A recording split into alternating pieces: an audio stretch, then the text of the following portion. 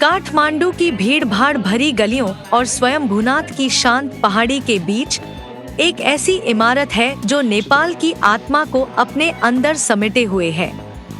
एक ऐसी जगह जहां 2000 साल का इतिहास सिर्फ याद नहीं किया जाता, बल्कि संजोया जाता है, सजाया जाता है और आपका इंतजार करता है।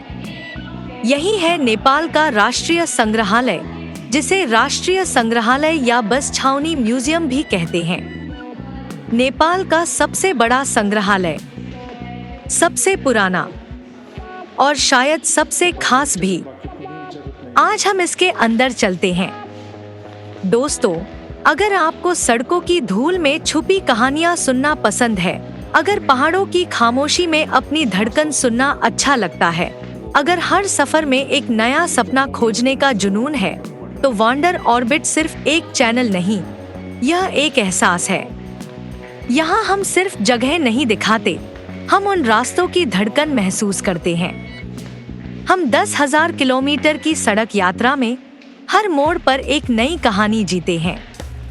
आपका एक छोटा सा सदस्य बनना हमारी हिम्मत को कई गुना बढ़ा देता है।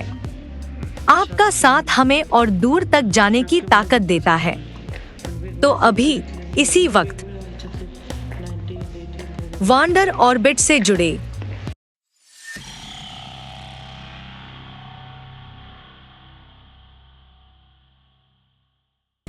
और इस यात्रा का हिस्सा बने, क्योंकि असली यात्रा साथ चलने से ही खूबसूरत बनती है। राष्ट्रीय संग्रहालय काठमांडू के पश्चिमी हिस्से में छावनी नाम के एक शांत मोहल्ले में है। मशहूर मंकी टेम्पल यानी स्वयंभूनाथ से बस 15 मिनट की पैदल दूरी पर। जब आप यहाँ पहुँचते हैं, तो लोहे के बड़े दरवाजों के पीछे एक सफेद और शानदार पुरानी इमारत नजर आती है। ठीक सामने नेपाल आर्मी मिलिट्री म्यूजियम है, जैसे सड़क के दोनों तरफ से इतिहास आपसे बात करना चाहता हो। टिकट खिड़की पर दाम बहुत वाजिब है। नेपाली नागरिकों के लिए सिर्फ 50 रुपए, सार्क देशों के लोगों के लिए थोड़ा ज्यादा और विदेशी सैलानियों के लिए करीब 300 नेपाली रुपए यानी लगभग 2.5 अमेरिकी डॉलर।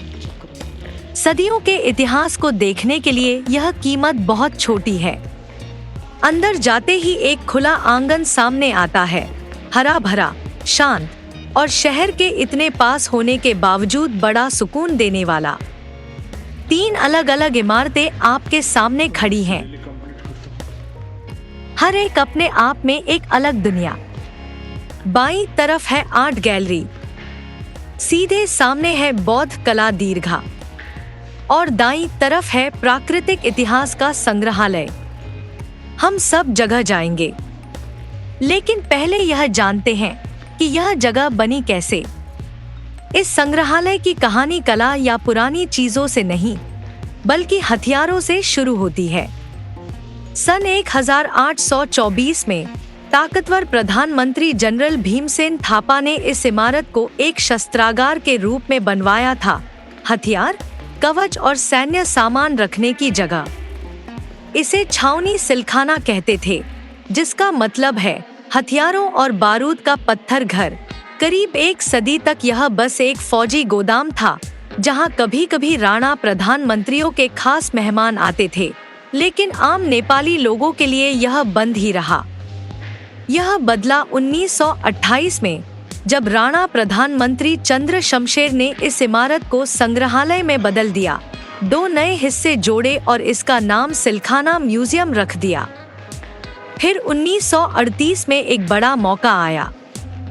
प्रधानमंत्री युद्ध शमशेर जंग बहादुर राणा ने इसे पहली बार आम लोगों के लिए खोला, नेपाली नागरिकों के लिए बिल्कुल मुफ्त। उन्होंने कला संग्रह के लिए एक नई इमारत भी बनवाई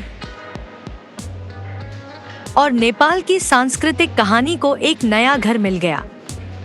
संग्रहालय कई बदलावों से गुजरा, नाम बदले, नए हिस्से जुड़े, जब तक 1967 में राजा महेंद्र ने इसका नाम आधिकारिक रूप से राष्ट्रीय संग्रहालय नहीं रख दिया, जो आज भी चला आ रहा है।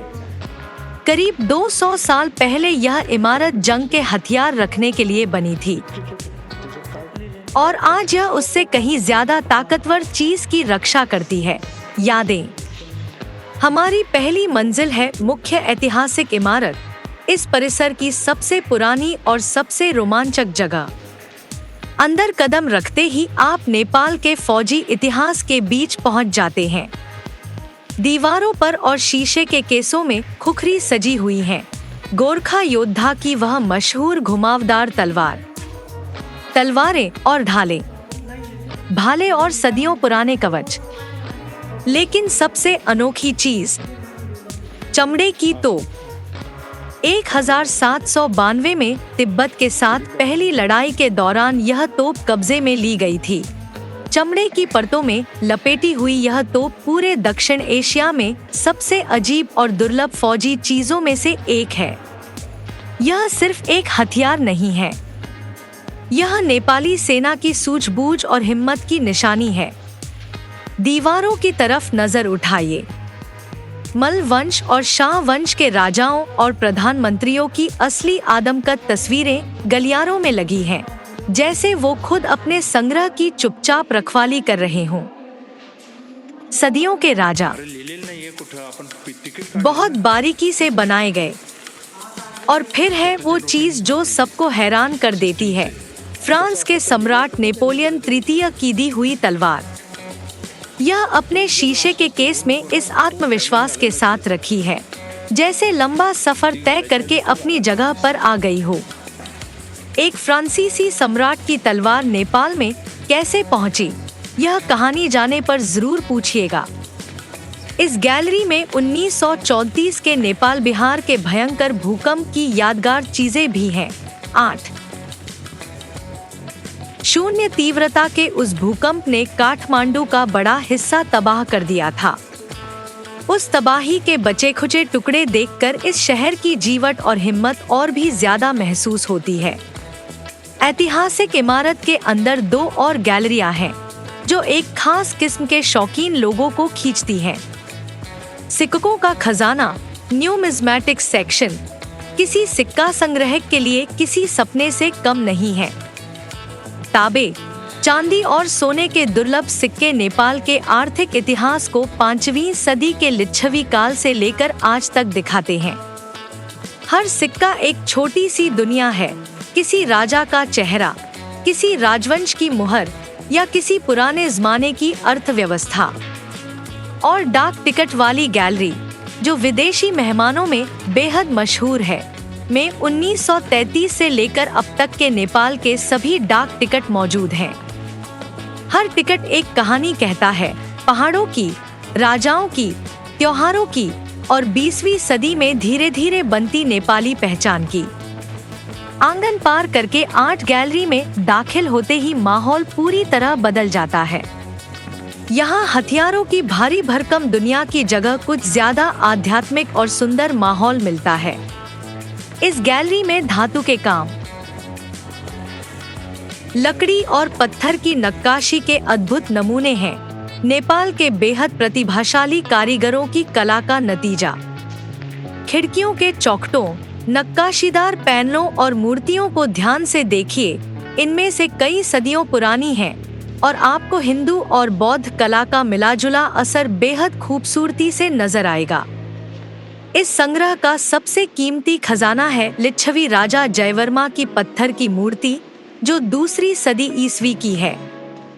हनीगांव में मिली यह विशाल मूर्ति एक इतालवी संरक्षण परियोजना के जरिए बड़ी मेहनत से दोबारा बनाई गई और अब संग्रहालय की सबसे पुरानी और सबसे जरूरी मूर्तियों में से एक मानी जाती है। इस गैलरी में 4 ऐसी मूर्तियां भी गर्व के साथ रखी हैं, जो चोरी हो गई थी और बाद में वापस लाई गई। इनमें फरपिंग की 12वीं सदी की सरस्वती, पाटन का 9वीं सदी का बुद्ध, पनौती की 14वीं सदी की सूर्य प्रतिमा और काठमांडू की 10वीं सदी की विष्णु मूर्ति शामिल हैं। इनका वापस आना सांस्कृतिक धरोहर को बचाने की एक ताकतवर कहानी है। पेंटिंग सेक्शन में कृष्ण लीला के चित्र हैं, भगवान कृष्ण की दिव्य लीलाओं के रंगीन और बारीक चित्रण। और एक अनोखी गुड़िया दीर्घा भी है, जिसमें दुनिया भर के राष्ट्र प्रमुखों की ओर से नेपाली राज परिवार को दिए गए उपहार रखे हैं। यह पूरे संग्रहालय के सबसे प्यारे और दिलचस्प कोनों में से एक है। आंगन के दूर वाले छोर पर एक शांत बगीचे के रास्ते से गुजरकर बौद्ध कला दीर्घा आती है, एक ऐसी इमारत में जो खुद नेपाली मंदिर की तरह बनाई गई है, जैसे इमारत भी अपने अंदर की चीजों को नमन कर रही हो। अंदर का नजारा देखते ही मन भर आता है।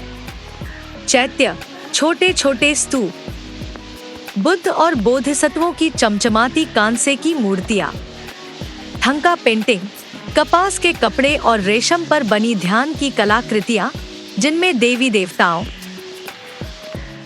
मंडलों और बौद्ध ब्रह्मांड के नक्शे उकेरे गए हैं। गैलरी का उत्तरी हिमालयी हिस्सा नेपाली धार्मिक जीवन पर तिब्बती बौद्ध धर्म के गहरे असर को दिखाता है। यहाँ फुरपा जैसी धार्मिक चीजें हैं, पवित्र अनुष्ठानों में इस्तेमाल होने वाला एक खास चाकू, और दोरजे जो वज्र का प्रतीक है और अटूट आध्यात्मिक शक्ति को दर्शाता है। यहाँ ज्ञान के देवता मंजुश्री की छवि देखिए। 19वीं सदी का एक यंत्र जो मानव शरीर के चक्रों को दिखाता है, और दीपंकर बुद्ध की शांत मूर्ति, वो बुद्ध जो भूतकाल के हैं, जिनकी शिक्षाएं खुद गौतम बुद्ध से भी पहले की हैं। 1995 में जापान सरकार ने इस बौद्ध संग्रह को बढ़ाने के लिए खास तौर पर पैसे दिए। इससे पता चलता है कि नेपाल जो कुछ संजोए हुए है वो पूरी दुनिया के लिए कितना जरूरी है। आंगन के दाईं तरफ प्राकृतिक इतिहास का संग्रहालय आपको बिल्कुल अलग किस्म की यात्रा पर ले जाता है।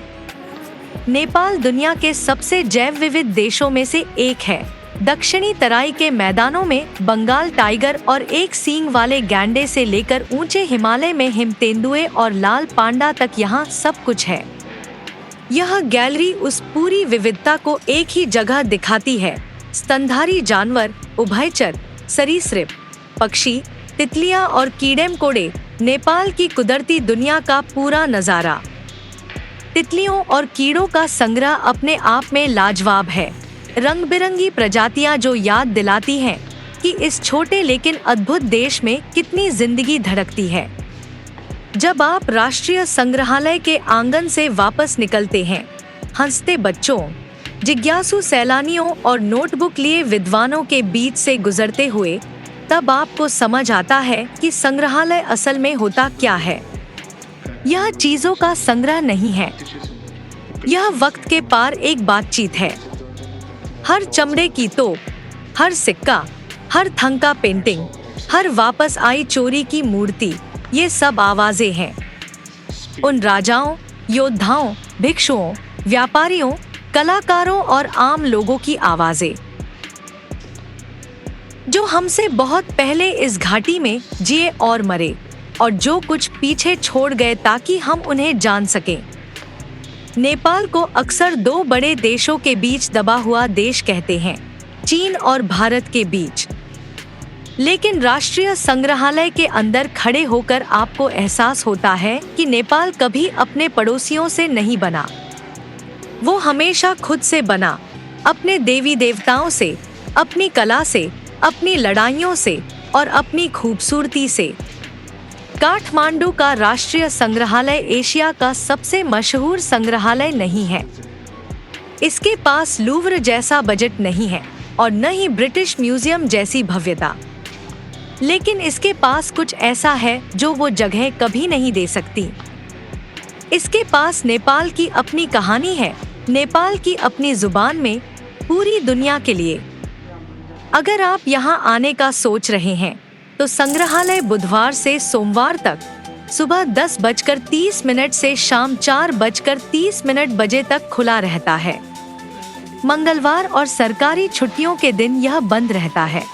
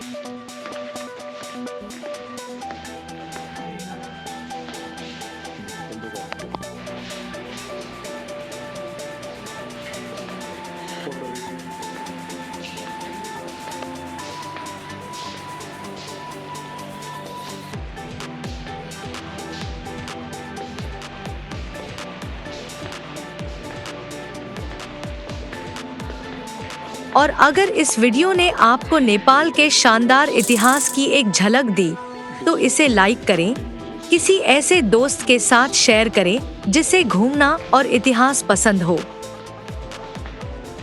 और सब्सक्राइब करें ताकि हमारी अगली यात्रा आप मिस न करें। तब तक के लिए नमस्ते।